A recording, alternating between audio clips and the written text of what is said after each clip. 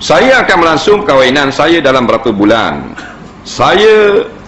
Masalah saya ialah wali saya, bapak saya tak pernah pun amal rukun Islam, solat, puasa, zakat, haji. Berat nandang ayah dia ni.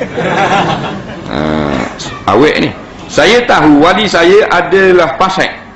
Banyak kali saya nasihat, tapi ayah saya kerah kepala. Ayah dia kepala kerah. Dia kata tangan piling kalau kerah. Memang jeng kepala. Macam mana dengan wali saya? Mak dan ayah saya sudah bercerai. Mak dia cerai dah dengan ayah.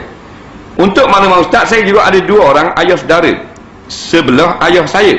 Mereka pun tidak ambil berat dalam kahwinan saya ini. Saya terlalu buntu macam mana untuk selesaikan masalah saya ini. Saya sudah tiada wali yang baik untuk menjadikan sebagai wali dalam pernikahan saya. Mohon sangat-sangat ustaz tolong saya, gadis yang buntu. Tulis sini. Lepas ni tak buntu dulu lah.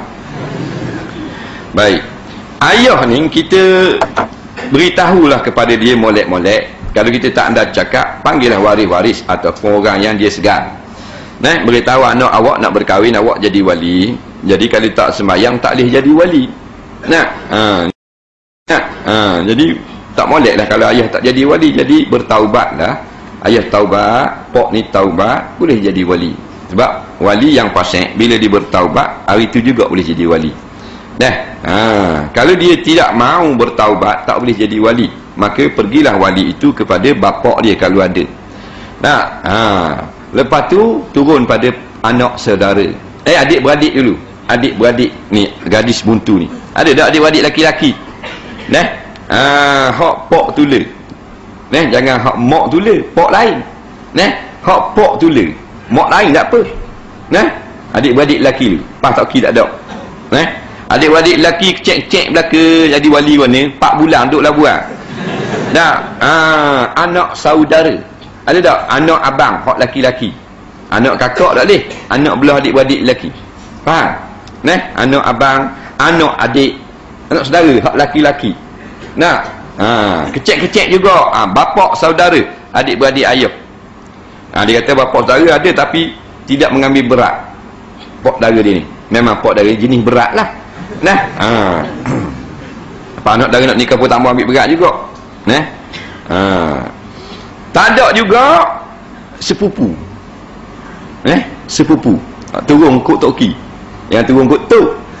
Turun kut belah toki. Sepupu tapi laki-laki lah. Tak ada juga wali hakim. Wali hakim. Ayah kata aku mau suruh orang lain nikah, aku bunuhmu. Nampak? Maka nikahlah dengan ayah. Dia panggil nikah wak lolok. Tak sah. Tak mau tabat.